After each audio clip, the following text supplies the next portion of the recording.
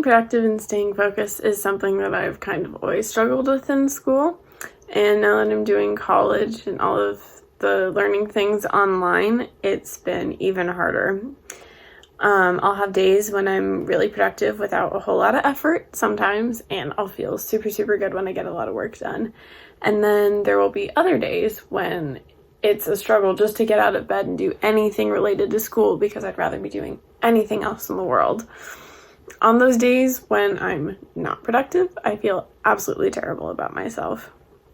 I've been reading this book called Dare to Lead by Brené Brown for one of my classes, and I was reading a section on perfection, and I actually thought it was really cool.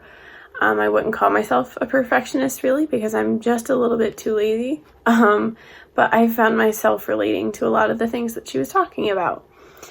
She says that self-improvement isn't self-perfection. I just thought that was a really cool sentence. And she said that striving for excellence is not the same thing as striving for perfection. And this is because there's no growth in perfection. We will never be satisfied if we strive for perfection because we will never reach it. It's impossible.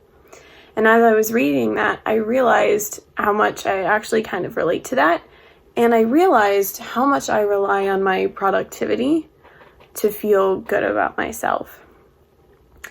This entire year has given me a lot of time to reflect on myself, and I'm sure we can all kind of relate to that, which means that I've had plenty of time to feel good about myself, and definitely plenty of time to feel not so good about myself. I'll think sometimes, like, yikes, I really haven't done anything with my life. All I do is school, and according to that last math exam, I can't even do that right, so really, what have I done with my life?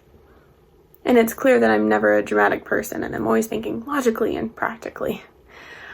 But I'm caught in this mentality that I have to be perfect to have self-worth. How we see ourselves is not how God sees us, though. Our self-worth doesn't even compare to the love that God has for us. He says that we are fearfully and wonderfully made. 1 Corinthians 3:16 says, "Don't you realize that all of you together are the temple of God and that the Spirit of God lives inside you?" Because we're part of this greater purpose, our self-worth isn't determined by the things of this world. It's not determined by how productive we are on any given day or what our grades are. It's not determined on whether or not we're in a relationship, how many friends we have, how many followers we have on Instagram, or anything else that's measured by this world. We can be thankful that God sees us differently than we see ourselves. He created the stars and the mountains and all of these beautiful things on this earth, but we are His favorite. And because we're made for a greater purpose, a purpose that is beyond what this world has to offer, all of the little things that we tend to base our self-worth on, like our grades and things like that, they all just kind of fall apart. That's not who we're meant to be. We're part of a greater purpose.